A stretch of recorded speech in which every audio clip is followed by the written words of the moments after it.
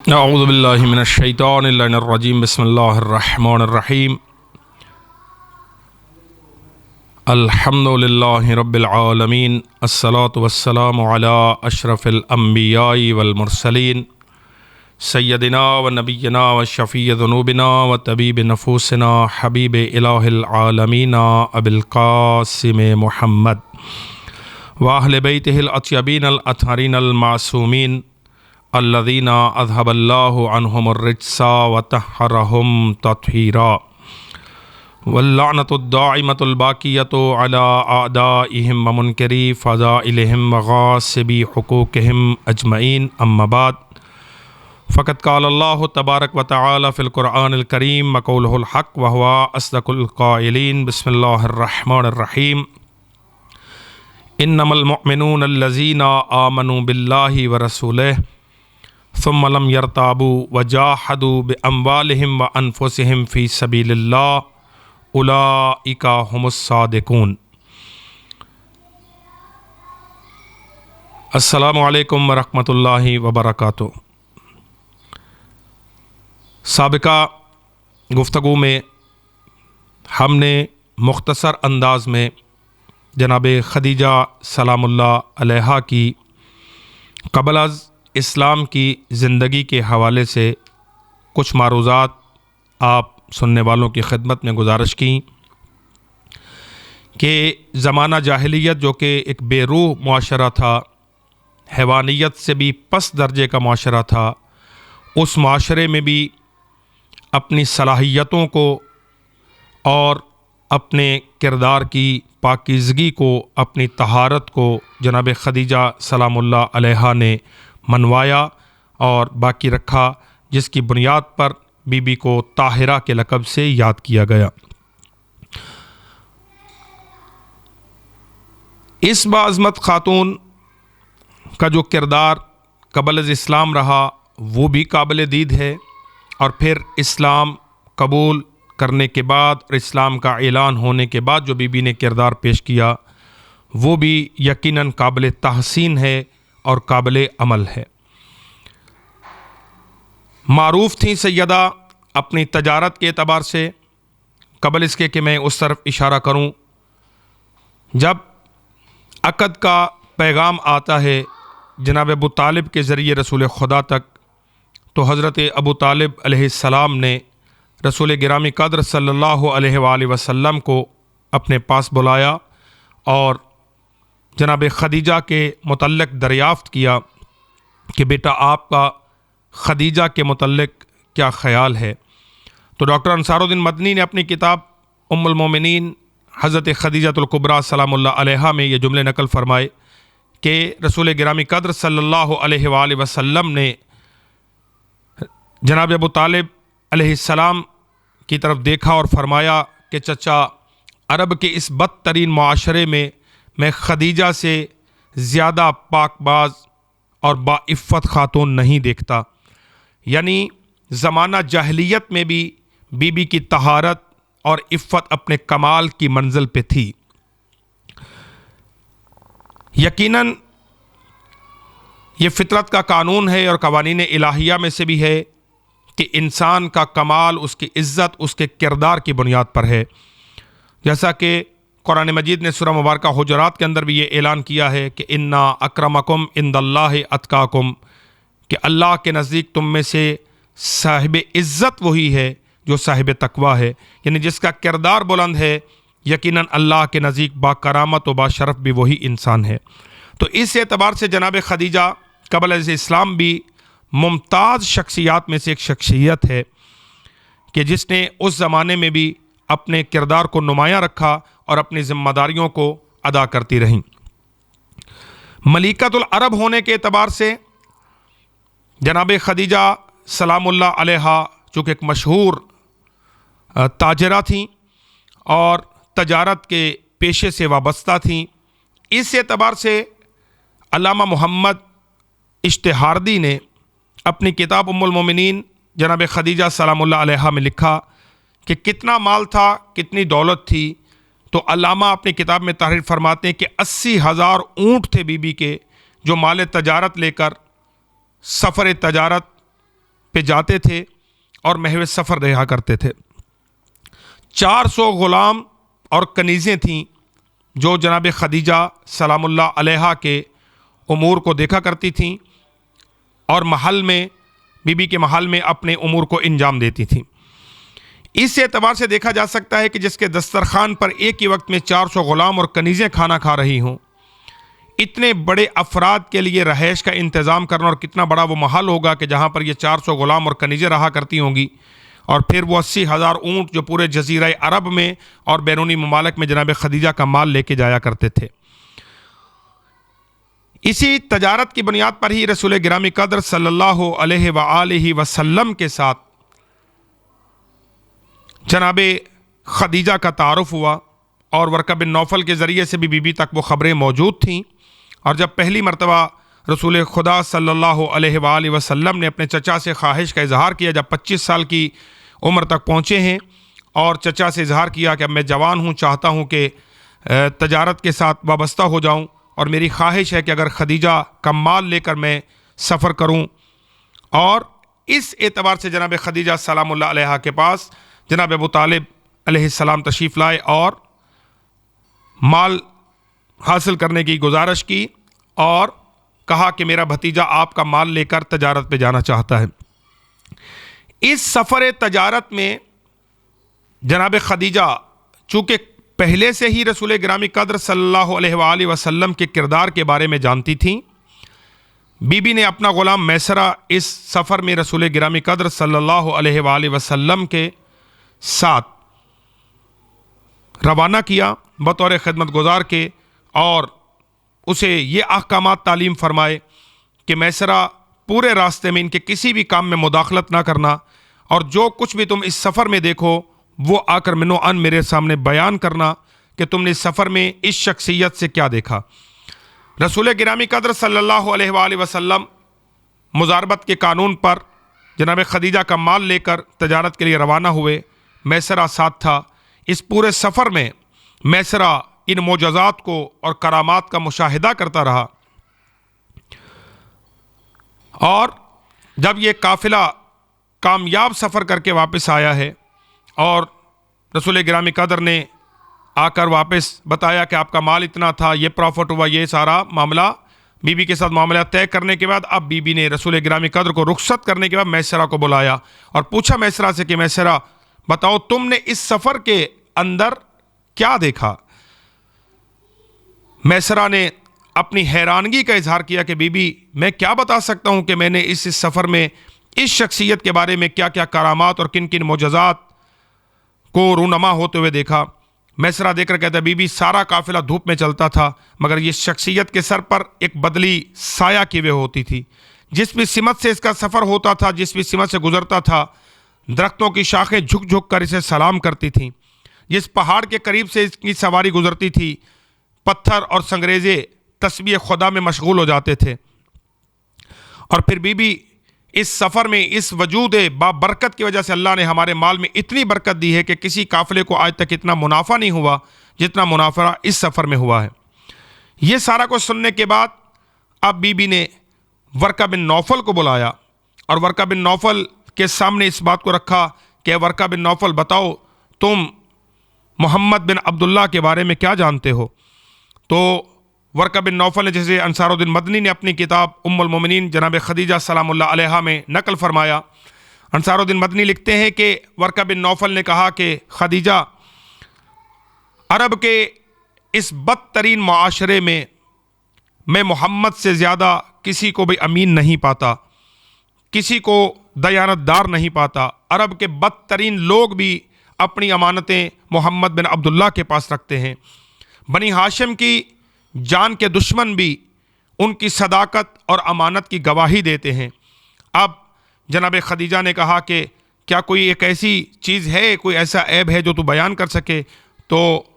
ورقہ بن نوفل نے قسم اٹھا کے کہا کہ مجھے قسم ہے کعبے کے رب کی کہ میں اس شخصیت میں عیب کہاں سے لے کے آؤں کہ جسے اللہ نے بے عیب خلق فرمایا ہے۔ تو یہ ارتباط تھا، کردار کی بنیاد پر پہلے بھی جانتی تھیں، شواہد بھی موجود تھے، اور پھر تجارت کے ذریعے سے یہ رابطہ، اور پھر بی بی نے پیغام عقد بھیجا ہے رسول گرامی قدر صلی اللہ علیہ وآلہ وسلم کی طرف کہ ہم چاہتے ہیں کہ اگر آپ ہمیں اپنی کنیزی میں قبول فرما لیں، اور جناب ابو طالب علیہ السلام کے ذریعے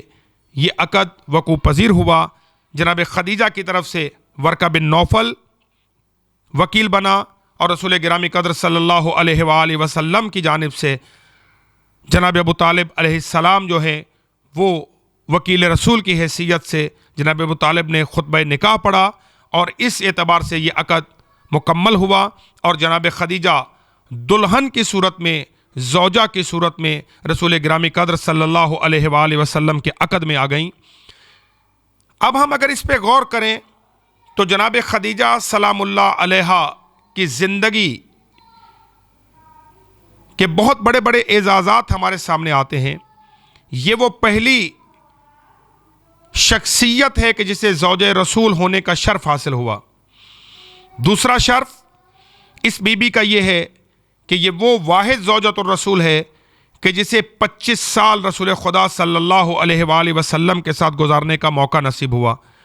تیسرا شرف اس بی بی کا یہ ہے کہ جناب خدیجہ کی زندگی میں رسول گرامی قدر صلی اللہ علیہ وآلہ وسلم نے کسی بھی دوسری خاتون کے ساتھ نکاح نہیں کیا۔ چوتھا شرف اس بی بی کا یہ ہے کہ اسلام کی آبیاری کے لیے جناب خدیجہ نے اپنا تمام مال راہ خدا میں خرچ کیا، جس کا قصیدہ سورہ مبارکہ حجرات کے اندر خداوند متعال نے اس انداز میں پڑھا ہے کہ انما المؤمنون الذین آمنوا باللہ ورسولہ، کہ سوائے اس کے نہیں، بس اور بس مومن تو وہ ہیں کہ جو اللہ اور اس کے رسول پر ایمان رکھتے ہیں، ثم لم یرتابوا، اور ایمان لانے کے بعد وہ پھر اس ایمان میں شک نہیں کرتے، وجاہدوا باموالہم وانفسہم فی سبیل اللہ، وہ اپنے مال اور اپنی جانوں کے ذریعے اللہ کی راہ میں جہاد کرتے ہیں، اولئک ھم الصادقون، یہی وہ لوگ ہیں جو سچے ہیں، جو اپنے ایمان کے کمال پر ہیں۔ یعنی قرآن مجید نے دو شرطیں یہاں پر لگائیں ایمان کے لیے، تو ایمان رکھتے ہیں اللہ اور اس کے رسول پر اور اپنے ایمان میں شک نہیں کرتے، اور دوسرا اپنی مال اور اپنی جان کے ذریعے اللہ کی راہ میں جہاد کرتے ہیں۔ یعنی جن میں یہ دو صفتیں اپنے کمال کی منزل پہ ہوں، اللہ نے انہیں قرآن میں صدیق کہا ہے، اللہ نے انہیں قرآن میں صادق کہا ہے۔ اور جناب خدیجہ سلام اللہ علیہا کا یہ شرف ہے کہ تلوار کے جہاد سے پہلے بی بی نے مال کا جہاد کیا، یعنی تلوار کا جہاد بعد میں ہوا ہے، جبکہ مال کا جہاد بی بی نے پہلے کیا۔ اور یہ اعزاز ہے جناب خدیجہ سلام اللہ علیہا کا کہ اپنا تمام مال بی بی نے اللہ اور اس کے رسول کی محبت میں دین مقدس اسلام کی آبیاری کے لیے خرچ فرمایا۔ چوتھا اعزاز اس بی بی کا یہ ہے کہ ذات حق سبحانہ و تعالی نے اس رحم مطہر کو چنا ہے ملکہ عصمت و طہارت کے لیے، اور جناب خدیجہ سلام اللہ علیہا کو اولاد رسول کی ماں ہونے کا شرف بھی حاصل ہوا کہ اللہ نے اس بی بی کے بطن اطہر سے رسول گرامی قدر کو وہ باعظمت اولاد عطا فرمائی کہ جس اولاد کے وجود کا صدقہ کہ دین آج تک قائم و دائم ہے۔ اسی طرح اس بی بی کا یہ شرف بھی تاریخ میں موجود ہے کہ سب کچھ اپنا قربان کیا ہے اسلام پر، مگر بی بی نے اسلام اور رسول گرامی قدر سے کسی بھی چیز کا تقاضا نہیں کیا۔ یہ اعزاز بھی ہمیں تاریخ اور حدیث کی کتابوں میں بی بی کا نظر آتا ہے کہ رسول گرامی قدر صلی اللہ علیہ وآلہ وسلم اکثر اوقات جناب خدیجہ سلام اللہ علیہا کا تذکرہ کیا کرتے تھے، جس کے بارے میں ملکۃ العرب کتاب میں سید قرار حسین نے ایک جملہ لکھا کہ رسول گرامی قدر صلی اللہ علیہ وآلہ وسلم جب بھی گھر سے باہر نکلتے تھے تو پہلے جناب خدیجہ کا تذکرہ بھی کرتے اور جناب خدیجہ کی خوبیوں کو بیان کرتے، اور پھر پیغمبر خدا اپنے گھر سے باہر نکلتے۔ یہ اعزاز بھی ہمیں تاریخ کی کتابوں میں بی بی کا نظر آتا ہے کہ حدیث میں یہ موجود ہے کہ جہاں رسول گرامی قدر صلی اللہ علیہ وآلہ وسلم نے بہترین خواتین کا تذکرہ کیا، انہی خواتین کی فہرست میں جناب خدیجہ کا تذکرہ کیا، فرمایا کہ خیر و نسائہا، کہ بہترین عورتیں جناب مریم بنت عمران ہیں، خدیجہ بنت خویلد ہیں، آسیہ بنت مزاحم ہیں اور فاطمہ بنت محمد ہیں۔ ان 4 خواتین کی فہرست کو بیان کرتے ہوئے جناب خدیجہ کو یعنی دوسرے نمبر پر رسول گرامی قدر نے تذکرہ فرمایا، یعنی آسیہ بنت مزاحم، خدیجہ بنت خویلد اور جناب فاطمہ زہرا سلام اللہ علیہا کے ساتھ اگر بہترین خواتین میں کسی کا تذکرہ موجود ہے تو وہ جناب خدیجہ سلام اللہ علیہا کی ذات بابرکت ہے۔ اسی طرح ہم ایک شرف اور بھی بی بی کا تاریخ میں پاتے ہیں کہ انتہائی مشکلات میں، انتہائی صعوبتوں میں، مصیبتوں میں بی بی نے رسول گرامی قدر صلی اللہ علیہ وآلہ وسلم کا ساتھ دیا۔ یہ شرف بھی بی بی کا موجود ہے کہ جیسے ہی رسول گرامی قدر صلی اللہ علیہ وآلہ وسلم نے اعلان نبوت کیا ہے تو اللہ کے اس راز کی پہلی خبر جناب خدیجہ سلام اللہ علیہا کو پہنچائی کہ اللہ نے مجھے اعلان رسالت کرنے کا حکم دیا ہے اور تبلیغات کرنے کی اجازت دی ہے کہ میں دین مقدس اسلام کے پیغام کو عام کروں۔ جیسے ہی جناب خدیجہ سلام اللہ علیہ کو یہ خبر پہنچائی تو فوراً جناب خدیجہ نے اپنے ایمان کا اعلان کیا اور رسول خدا صلی اللہ علیہ وآلہ وسلم کا کلمہ پڑھا، یعنی پہلی اسلام قبول کرنے والی، یا بہتر جملہ یہ ہوگا کہ اپنے اسلام کا اعلان کرنے والی ذات بابرکت کا نام ہے جناب خدیجہ سلام اللہ علیہ۔ یہ شرف بھی بی بی کو حاصل ہے کہ رسول گرامی قدر صلی اللہ علیہ وآلہ وسلم کے ساتھ پہلی نماز پڑھنے والوں میں جن افراد کا تذکرہ ہے تو وہ صرف 3 ہی افراد ہیں۔ ایک فرد امام جماعت رسول خدا ہیں اور 2 مقتدی ہیں، ایک کا نام 10 سال کے علی ابن ابی طالب علیہ السلام ہیں اور دوسری خاتون جناب خدیجہ سلام اللہ علیہا ہیں، جنہوں نے رسول گرامی قدر صلی اللہ علیہ وآلہ وسلم کے ساتھ پہلی نماز ادا کی۔ تو اس اعتبار سے جناب خدیجہ سلام اللہ علیہا کی ذات بابرکت انتہائی اہمیت کی حامل ہے کہ بی بی کی حیات طیبہ کے پہلوؤں کا مطالعہ کر کے نسل نو کے سامنے اس کردار کو بیان کیا جائے کہ جب کوئی اسلام کا ساتھ دینے والا نہ تھا، جب کوئی اسلام کو پناہ دینے والا نہ تھا، جب سب رسول خدا کی جان کے دشمن تھے، تو اس دشمنی کے عالم میں یہ وہ وفادار خاتون تھی کہ جس نے قدم قدم پر رسول خدا کے ساتھ ایثار، فداکاری اور جاں بازی کا مظاہرہ کیا اور اپنا تن من دھن رسول خدا کے مشن کی تکمیل کے لیے صرف فرما دیا۔ جناب خدیجہ سلام اللہ علیہا کی ذات بابرکت کے متعلق رسول گرامی قدر صلی اللہ علیہ وآلہ وسلم کا ارشاد گرامی ہے، جب کسی نے رسول خدا کو یہ طعنہ دیا کہ آپ کیا ہر وقت ایک بڑھیا کا تذکرہ کرتے رہتے ہیں، ایک بڑھیا کا ذکر کرتے رہتے جبکہ اللہ نے آپ کو بہترین خواتین عطا فرمائی ہیں، تو رسول گرامی قدر صلی اللہ علیہ وآلہ وسلم نے ارشاد فرمایا کہ تمہیں کیا معلوم کہ خدیجہ میرے لیے کیا تھی اور خدیجہ نے میرے لیے کیا کیا۔ وہ اس وقت مجھ پر ایمان لائی جب سب لوگ میری تکذیب کر رہے تھے، جب کوئی مجھ پر ایمان لانے والا نہ تھا تو خدیجہ نے مجھ پر ایمان لایا۔ جب میں قسم پرسی کی زندگی گزار رہا تھا تو اس نے تمام مال مجھے عطا کیا، اور جب لوگ مجھے ابتر ہونے کا طعنہ دے رہے تھے تو اللہ نے خدیجہ کے بطن سے مجھے اولاد سے نوازا۔ یقیناً تاریخ کی کتابوں کے اندر موجود ہے کہ رسول گرامی قدر صلی اللہ علیہ وآلہ وسلم کی محبت جناب خدیجہ کے ساتھ اس قدر زیادہ تھی کہ تاریخ میں یہ جملے موجود ہیں کہ جب بھی رسول اللہ کو کوئی خوشی میسر ہوتی تو سرکار ایک گوشت فند کو ذبح کرتے اور اس کا گوشت جناب خدیجہ کی سہیلیوں کے ہاں بھیجتے اور فرماتے کہ میں چاہتا ہوں کہ آج میری اس خوشی میں خدیجہ بھی شریک ہو، تو کہ جب تم خدیجہ کا تذکرہ کرو گی تو میرے دل کو راحت پہنچے گی۔ اس اعتبار سے رسول خدا کی زندگی میں جناب خدیجہ انتہائی اہمیت کی حامل تھیں، اور رسول خدا صلی اللہ علیہ وآلہ وسلم انتہائی محبت جناب خدیجہ کے ساتھ کرتے تھے، اور یقیناً یہ محبت مال و دولت کی بنیاد پہ نہیں تھی، بلکہ یہ محبت جناب خدیجہ کے اس اعلیٰ کردار کی بنیاد پہ تھی کہ جو جناب خدیجہ دین مقدس اسلام کے لیے انجام دے رہی تھیں۔ پروردگار عالم سے دعا ہے کہ رب ذوالجلال بحق محمد و اہل بیت محمد ہم سب کو بروز قیامت جناب خدیجہ سلام اللہ علیہا کی شفاعت نصیب فرمائے۔ والسلام علیکم ورحمۃ اللہ وبرکاتہ۔